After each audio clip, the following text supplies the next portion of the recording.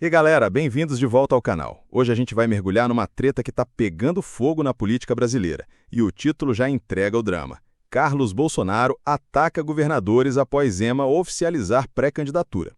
Imagina só, um dos filhos do ex-presidente soltando o verbo contra aliados que deviam estar no mesmo barco, chamado eles de traidores e oportunistas, bem no momento em que o governador de Minas, Romeu Zema, anuncia que quer disputar a presidência em 2026. Isso não é só a briga de família política, é uma exposição crua das disputas de poder que racham a direita enquanto o povo assiste tudo se desfazendo. Vamos dissecar isso, questionando as narrativas que tentam pintar isso como debate saudável, porque, na real, é abuso de autoridade disfarçado, censura interna e egos inflados que ignoram o que a gente realmente precisa. Se você está cansado de ver o sistema se autodestruir enquanto a economia patina e a liberdade some, fica comigo nessa análise. Vamos confrontar isso de frente, como gente comum conversando sobre o que nos afeta. Tudo começou com um anúncio bombástico de Zema numa coletiva de imprensa em Belo Horizonte. Ele subiu no palanque, todo sorridente, dizendo que está pronto para entrar na corrida presidencial, prometendo reformas liberais, corte de gastos e um Brasil mais eficiente.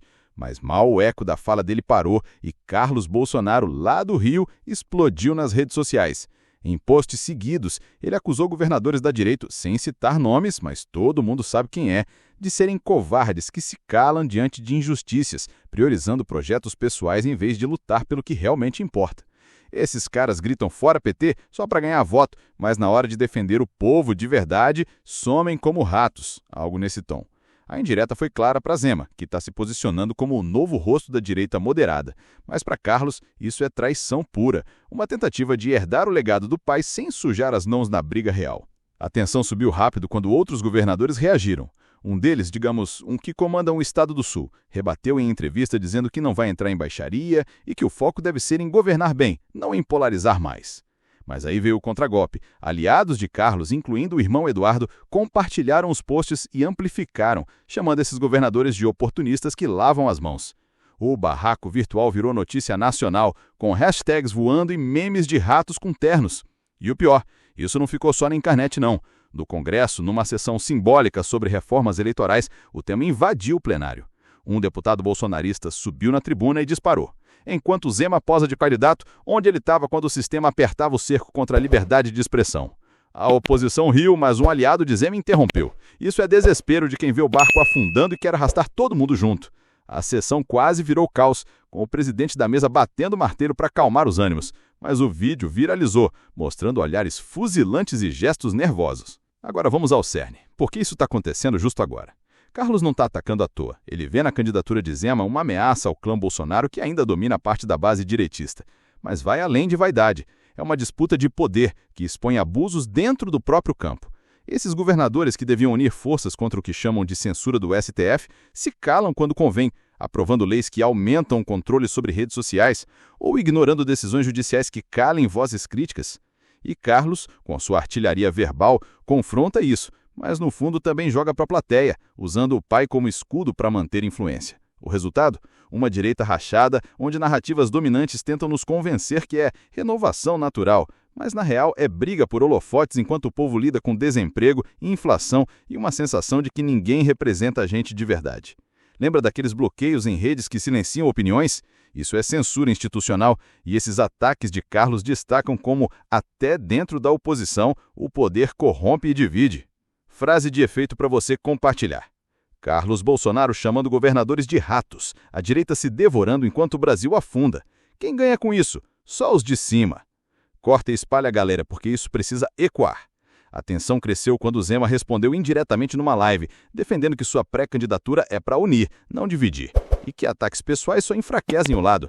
Mas Carlos dobrou a aposta, postando mais. Eles fingem lutar pelo povo, mas se aliam ao sistema que nos oprime. Outros governadores entraram na dança. Um do Centro-Oeste, por exemplo, tuitou que não vai baixar o nível, mas insinuou que o bolsonarismo radical é o que isola aliados. No Congresso, a sessão simbólica sobre reformas virou palco dessa rinha. Um deputado bolsonarista propôs uma moção de repúdio contra traidores da direita, enquanto opositores de Zema acusaram Carlos de incitar ódio para desviar a atenção de investigações. A coisa esquentou tanto que um deputado gritou: "Vocês querem liderança ou ditadura familiar?" Pausas dramáticas, aplausos misturados com vaias e o Brasil assistindo tudo ao vivo, se perguntando se isso é política ou novela. Pensa comigo. Esses ataques não são isolados. Eles revelam disputas de poder que minam qualquer chance de mudança real. Zema oficializa a candidatura prometendo liberdade econômica, mas Carlos o pinta como covarde por não bater de frente com o judiciário. E aí entra o abuso. Governadores usando cargos para aprovar projetos que concentram poder, enquanto censuram críticas internas com narrativas de unidade.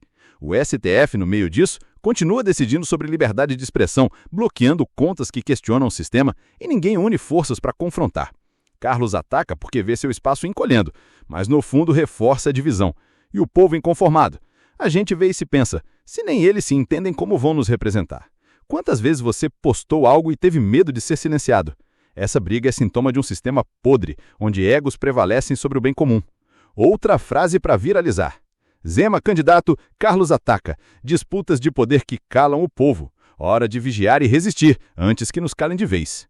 Espalhe isso aí porque a narrativa dominante quer nos fazer acreditar que é só disputa saudável pela liderança. Saúde um ova. É sinal de crise, de uma direita que se autodestrói enquanto o governo atual ri e consolida poder.